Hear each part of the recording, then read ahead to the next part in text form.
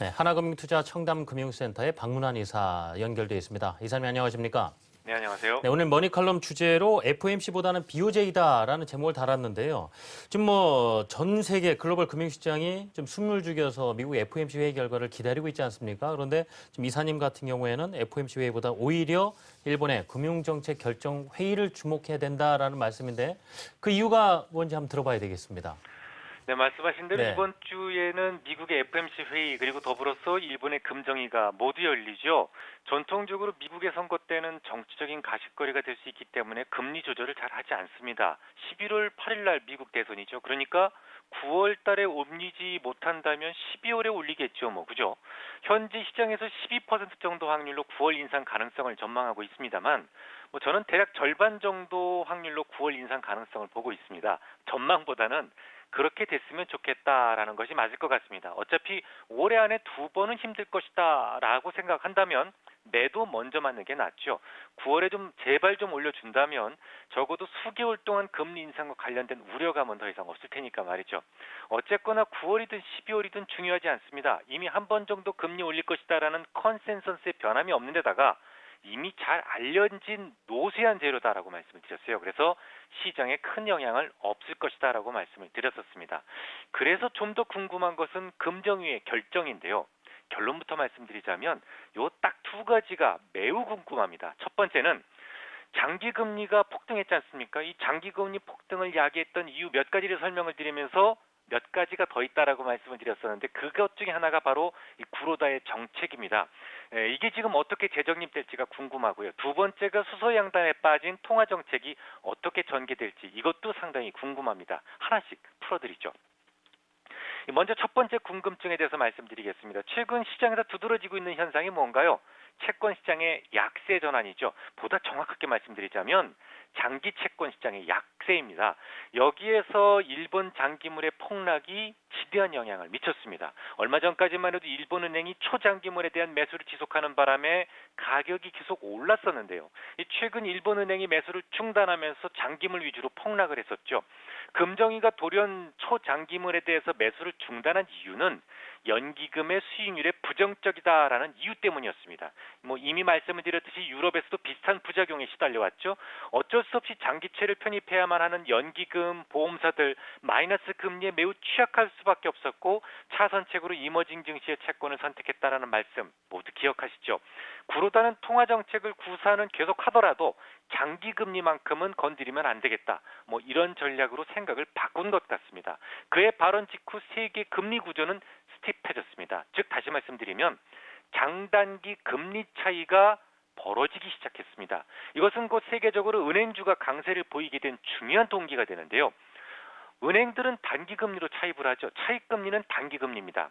여러분들 무슨 라이보라든지 이런 금리들이 대부분 은행들의 차입금리, 단기금리를 의미합니다. 그런데 돈을 빌려줄 때는 단기금리로 빌려주는 게 아니고 장기금리로 대출을 해줍니다. 그러니까 단기금리는 낮게 유지를 시키는데 장기금리를 올려준다니까 당연히 은행주들은 기뻐할 수밖에 없겠죠. 그러다가 세계 장기금리 상승에 영향을 준 만큼 이번 금정위에서 장단기 금리를 확고하게 고착시킬 수 있는 방안이 발표된다면 은행주들에게는 가뭄의 단비처럼 좀 더 힘을 얻을 수도 있다는 말입니다. 두 번째 궁금증을 말씀드리죠.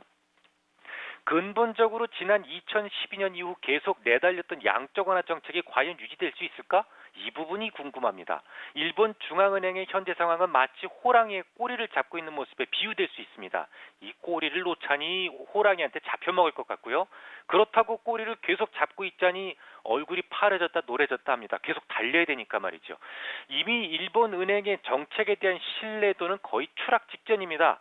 양적 완화의 마이너스 금리까지 대부분 정책들이 동원됐지만 일본의 경기는 살아날 조짐조차 보이지 않고 있습니다. 구로다는 얼마 전 마이너스 금리 정책에 아직 여지가 있다라고 주장하면서 억지로 여유 있는 척을 했었지만 은행들의 수익성 악화라고 하는 부작용만 오히려 부각되게 만들었었죠. 그렇다고 현재 연 80조엔 규모의 양적 완화를 좀 더 확대할 수도 없죠. 매수할 채권이 씨가 말라가고 있다는 점 유럽과 비슷한 상황입니다. 물론 이번 회의에서 그렇다고 아무런 정책을 꺼내들지 못한다면 아베노믹스는 실패한 정책으로 인정해버리는 꼴이 되어버립니다. 그럼 뭔가 들고 나와야 된다는 얘기인데요. 어떤 정책이 남아있을까요? 그게 궁금합니다. 일단 남아있는 방법이라면 얼마 전에 이 시간을 통해서 말씀드렸던 영구채에 대한 발행, 이에 대한 매수를 들 수 있겠습니다만 확률은 25% 정도 됩니다. 아무래도 아무도 가보지 않은 미지의 세계이기 때문에 최후의 수단으로 남겨둘 공산이 큽니다. 여기에 최근에 해외 채권을 매수해야 된다는 주장도 제기되고 있습니다만 이것은 미국 등 선진국들과의 의견 조율이 필요한 문제이기 때문에 좀 더 시간이 필요합니다. 결국 지금 당장 가용한 방법이라면 자산 매입의 종류를 좀 더 다양하거나 확대하는 그런 방법 이외에는 딱히 방법이 없어 보입니다.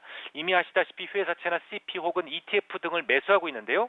회사채보다는 아직까지는 ETF가 좀 더 여유가 있습니다. 아무래도 ETF는 주식시장이기 때문에 주가가 오를 경우 부의 효과에 기여한다라는 기대도 덤으로 가질 수가 있습니다. 정리를 해볼까요? 이번 금정위 발표가 매우 중요합니다. 이번 금정위 발표에서 가장 중요한 것은 장단기 금리에 대한 쿠르더의 생각입니다. 만약 장기 금리를 유지시켜줄 수 있는 정책이 고착화된다면 그 즉시 은행주를 매수하셔야 됩니다. 물론 그 반대라면 은행주는 버려야 되겠죠. 두 번째로 중요한 것은 경기 부양책의 방향 전환입니다. 회사채와 ETF에 대한 비중을 높인다면 일본 증시는 상승장을 타겠지만 그렇지 않다면 엔고와 더불어서 일본 시장은 조정도 가능해 보입니다. 네, 미국 금리가 9월이든 12월이든 올리지 않겠는가라는 거에 비해서 확실히 일본 쪽 정책에 대해서 훨씬 더 불확실성이 크다. 그 궁금해하신 이유에 대해서도 말씀을 들어봤습니다. 한국하나금융투자 청담금융센터의 박문환 이사였습니다. 이사님 말씀 잘 들었습니다. 감사합니다.